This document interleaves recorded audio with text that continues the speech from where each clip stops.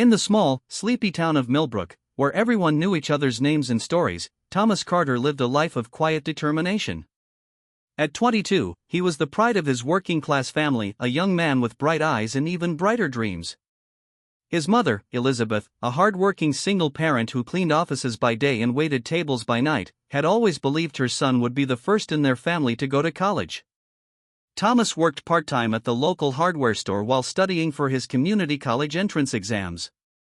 He was known in town as a helpful young man, always ready to assist neighbors with odd jobs or carry groceries for elderly residents. His reputation was spotless, his ambitions clear. He wanted to become a lawyer and help people who couldn't help themselves. One crisp autumn evening changed everything. A local convenience store had been robbed, and somehow, Thomas found himself in the wrong place at the wrong time. Witnesses were confused, descriptions were vague, but the local police needed a suspect. Thomas, with his dark skin and youthful appearance, became an easy target. Judge William Reeves, a stern man known for his harsh sentencing, presided over the case. The evidence was circumstantial at best, a similarity in clothing description, a vague timeline, and the unconscious bias that often plagued small-town justice systems. Thomas watched in disbelief as the legal proceedings unfolded, feeling like a character in a nightmare he couldn't wake from. Elizabeth sat in the courtroom, her hands trembling, her heart breaking with each moment. She knew her son. She knew he was innocent. But the system seemed deaf to a mother's pleas, blind to the truth. "Your Honor," Thomas spoke softly when given a chance, "I was helping Mr. Henderson fix his fence that evening. I have no connection to this crime." But his words fell on deaf ears. Judge Reeves, with a dismissive wave and a cold stare, sentenced Thomas to 5 years in prison. The gavel fell like a hammer of injustice, shattering dreams and a family's hope in one brutal moment. Thomas's world collapsed around him. College dreams vanished. Future prospects crumbled. His mother's tears seemed to freeze in the courtroom's cold atmosphere. The young man who had planned to become a beacon of hope for his community was now labeled a criminal, his life reduced to a case number and a prison cell. As they led him away, Thomas caught his mother's eye. No words were spoken, but volumes of love, pain, and unbroken spirit passed between them. Elizabeth's world had just been torn apart, but she made a silent promise she would fight for her son's justice. The town of Millbrook watched in silent judgment. Some believed in Thomas's innocence, whispers of doubt spreading like autumn leaves. Others accepted the court's decision, their prejudices quietly confirming what they wanted to believe. That night, as Thomas was processed into the county jail, he made a promise to himself. This moment would not define him. This injustice would not break his spirit. He would survive, he would fight, and he would prove his innocence. Elizabeth returned home to their small 2-bedroom house, surrounded by photographs of Thomas, his high school graduation, his childhood baseball team, family picnics. Each image was now a painful reminder of a future stolen. The hardware store where Thomas worked placed his photograph on their wall of local employees, but now it felt like a memorial to lost potential. His colleagues spoke in hushed tones, some believing in his innocence, others uncertain. As dawn broke over Millbrook, casting long shadows across empty streets, Thomas sat in his cell. A single ray of sunlight touched his face, a silent reminder that hope, no matter how small, could never be completely extinguished. His mother's love, the town's unspoken doubts, and his own unbroken spirit became the first seeds of a journey that would challenge everything, a system, a judgment, and the very definition of justice. The first chapter of Thomas Carter's fight had just begun. Thomas quickly learned that prison was a world entirely different from anything he had ever known. The first weeks were a blur of gray walls, steel bars, and the constant noise of men broken by a system that seemed to care little about humanity. He watched and listened, understanding that survival meant more than just physical endurance, it meant maintaining hope when everything around him suggested giving up. The prison library became his sanctuary. While other inmates spent their time in recreation areas or plotting their next move, Thomas discovered books became his weapon against despair. He read law books, history volumes, and stories of people who had overcome impossible challenges. Each page turned was a small act of rebellion against the injustice that had stolen his freedom. Fellow inmates noticed Thomas's determination. Some tried to discourage him, warning him that hope was a dangerous thing in prison. Others were curious about the young man who spent most of his time reading and writing. Michael, an older inmate serving a long sentence for a crime he claimed he didn't commit, became an unexpected mentor. "Knowledge is your ticket out of here," Michael would tell him during their conversations. "But more importantly, it's your ticket to keeping your soul intact." Thomas began helping other inmates with legal research. He learned about their cases, understanding the complexities of the legal system that had trapped so many. Some were guilty, some were not. But each had a story, each had a humanity that the prison system seemed desperate to erase. His mother, Elizabeth, never missed a visiting day. She brought him books, hope, and the unwavering belief in his innocence. Their conversations were filled with quiet determination.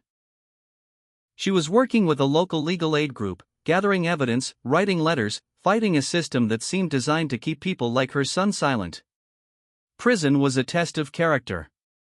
Thomas could have become angry, could have let bitterness consume him. Instead, he chose to grow. He took every educational course available. He learned about law, about communication, about understanding human complexity.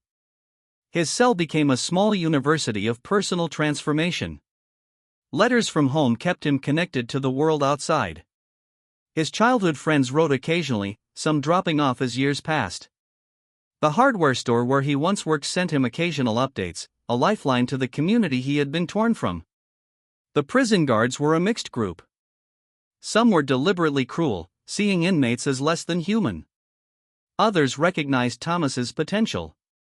They would sometimes stop by his cell, asking about his studies, offering small encouragements that felt like massive acts of kindness in such a harsh environment. Nights were the hardest. When silence replaced the day's noise, memories of his life before prison would flood back. His dreams of becoming a lawyer, his mother's sacrifices, the future that had been stolen, these thoughts could have destroyed a weaker spirit. But Thomas had made a choice. He would not let this experience define him. He started writing. First, simple journal entries about his daily experiences. Then, more structured writings about justice, about systemic failures, about hope. His writings became a form of survival, a way to process the enormous injustice he was experiencing. Physical fitness became another form of resistance. While others grew defeated, Thomas worked out, keeping his body strong, his mind sharper. He understood that prison was trying to break more than just his body, it was attempting to crush his spirit. Michael taught him something profound one evening. "True freedom," he said, "isn't about these walls. It's about what happens in here," and he pointed to Thomas's heart. Those words became a mantra, a shield against the darkness that constantly threatened to consume him. As months turned into years, Thomas transformed. He was no longer just a victim of an unjust system. He was becoming a scholar, a fighter, a beacon of hope not just for himself, but for those around him.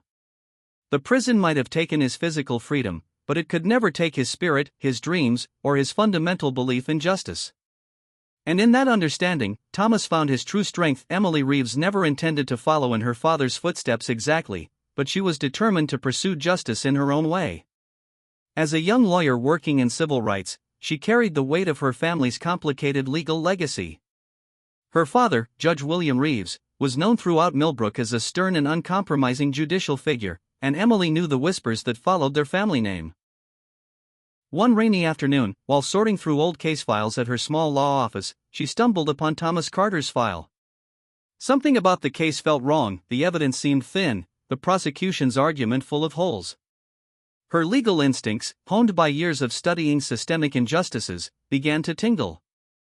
She remembered conversations with her father, how he would dismiss concerns about racial bias in the judicial system.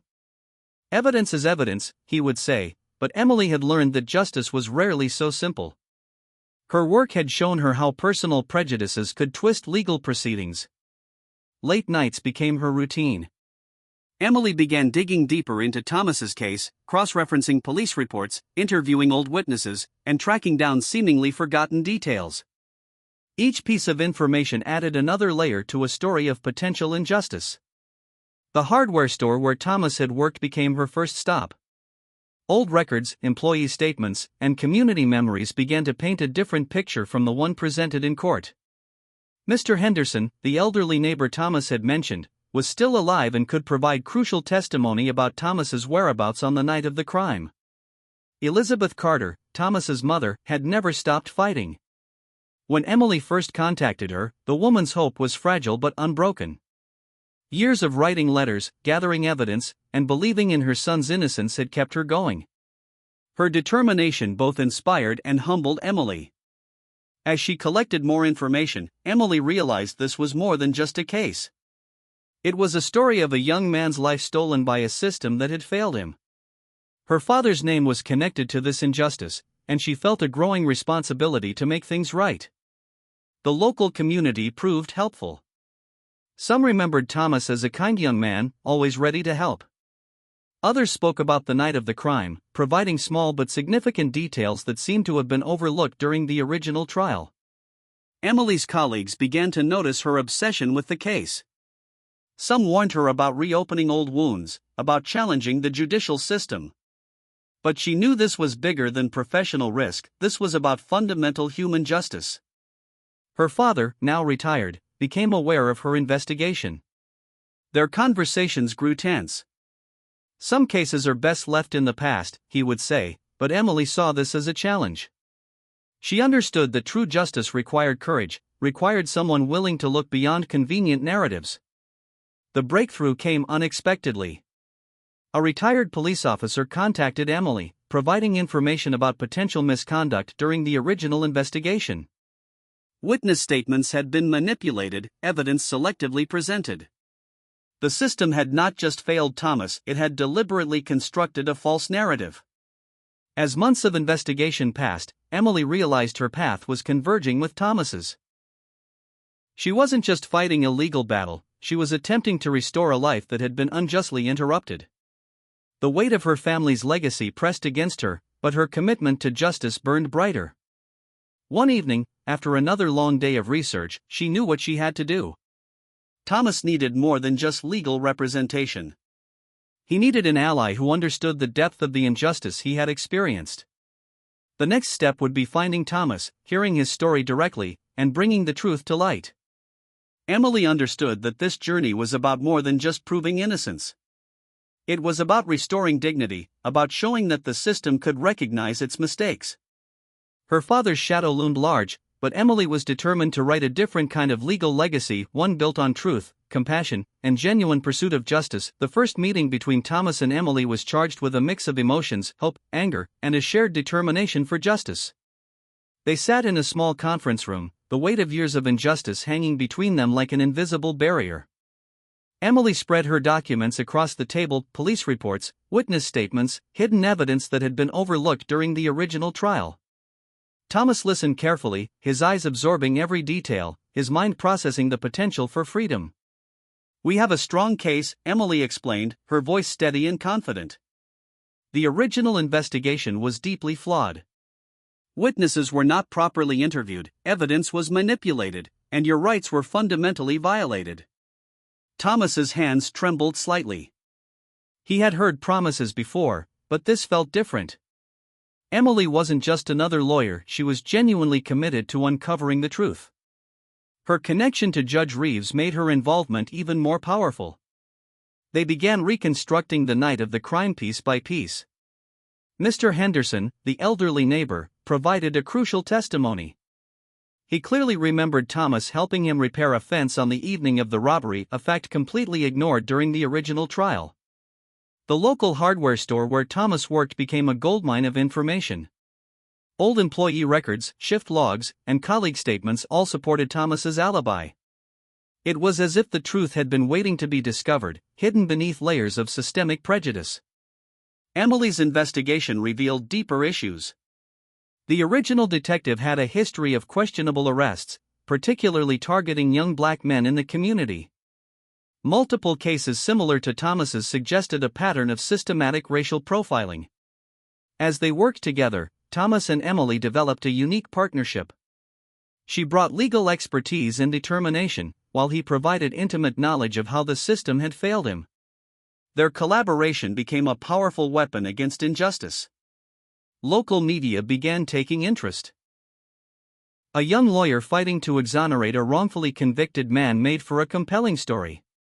Elizabeth Carter's unwavering support added another layer of emotional depth to their mission. The process was exhausting. Legal paperwork, court appearances, endless meetings with potential witnesses. Thomas, who had spent years in prison studying law, became an active participant in his own defense.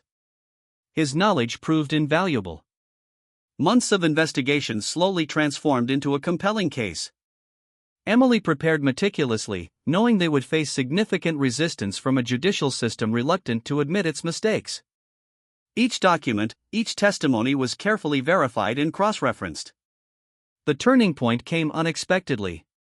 A retired police officer, troubled by his past, came forward with additional information about evidence manipulation during the original investigation.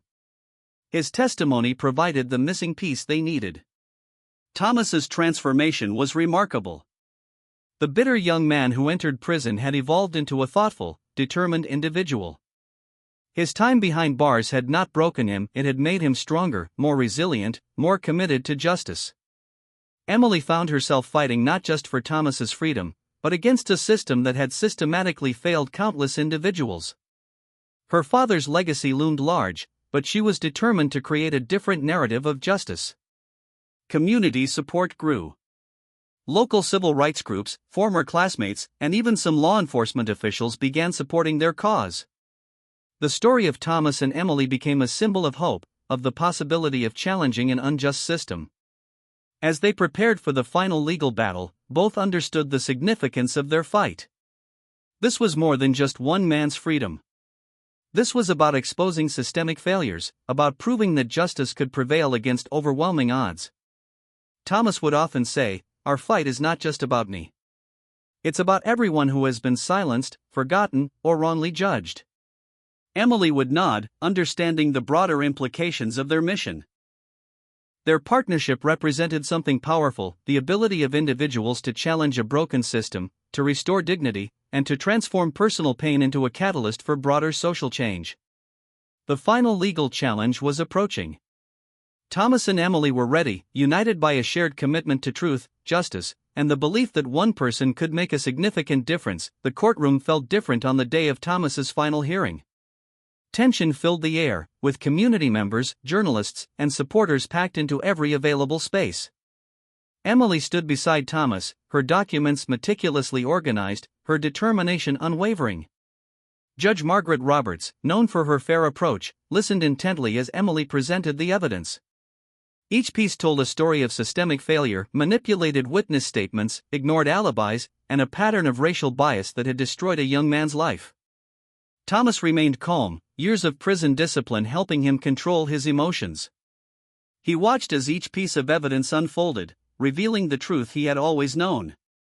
Mr. Henderson's testimony about the fence repair, the hardware store records, the statements from colleagues all painted a clear picture of his innocence. The courtroom fell silent when the retired police officer testified about evidence manipulation. His confession exposed the deep-rooted issues within the local law enforcement system. Judge Roberts's expression grew more serious with each revelation. Elizabeth Carter sat in the front row, her hands clasped tightly. Years of hope, pain, and unwavering belief in her son had led to this moment. Tears were not just of potential joy, but of the long journey of fighting an unjust system. When the judge announced Thomas's full exoneration, the courtroom erupted. People cheered, some cried, and Thomas stood motionless, processing the moment of freedom he had dreamed about for years. Emily squeezed his hand, understanding the weight of this victory. The legal victory brought more than just personal justice. Thomas received substantial compensation for his wrongful imprisonment. But he knew money could never replace the years stolen from him. Within months, Thomas established the Carter Justice Foundation. Its mission was clear: helping wrongfully convicted individuals, providing legal support, and fighting systemic racism in the judicial system. Emily became a key advisor, using her legal expertise to support the foundation's work. Local media celebrated their story. Thomas and Emily became symbols of hope, showing how individual determination could challenge a broken system. Speaking engagements, interviews, and community events followed, spreading their message of justice and healing. The Foundation's first major success came quickly. They helped overturn 2 other questionable convictions, bringing hope to families who had lost faith in the justice system. Thomas understood each case was more than just legal paperwork, it was about restoring human dignity.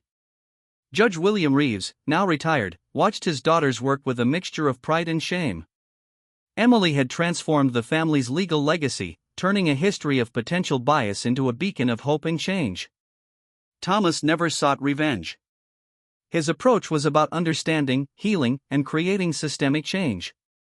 He spoke at schools, universities, and community centers, sharing his story to educate people about judicial inequalities. Elizabeth found peace in her son's work. The pain of those lost years would never completely disappear, but seeing Thomas transform his experience into a force for good brought her tremendous joy. The local community of Millbrook changed too. Conversations about justice, racial bias, and systemic inequality became more open and honest. Thomas and Emily's story became a catalyst for broader discussions about fairness and opportunity. Years of imprisonment had not broken Thomas's spirit. Instead, they had given him a deeper understanding of resilience, compassion, and the power of hope. He became a lawyer, continuing the dream he had before his wrongful conviction. Emily's commitment to justice continued. She specialized in civil rights cases, using her legal skills to challenge systemic inequalities. Her partnership with Thomas became a powerful example of how individuals could create meaningful change. Their story spread beyond Millbrook. News outlets, documentaries, and books shared their journey, inspiring others to fight against injustice. The Carter Justice Foundation grew, supporting more individuals and pushing for legal reforms. Thomas would often say, "Freedom is not just about leaving prison. It's about creating opportunities for others." These words became the Foundation's guiding principle, a testament to the human capacity for transformation and hope.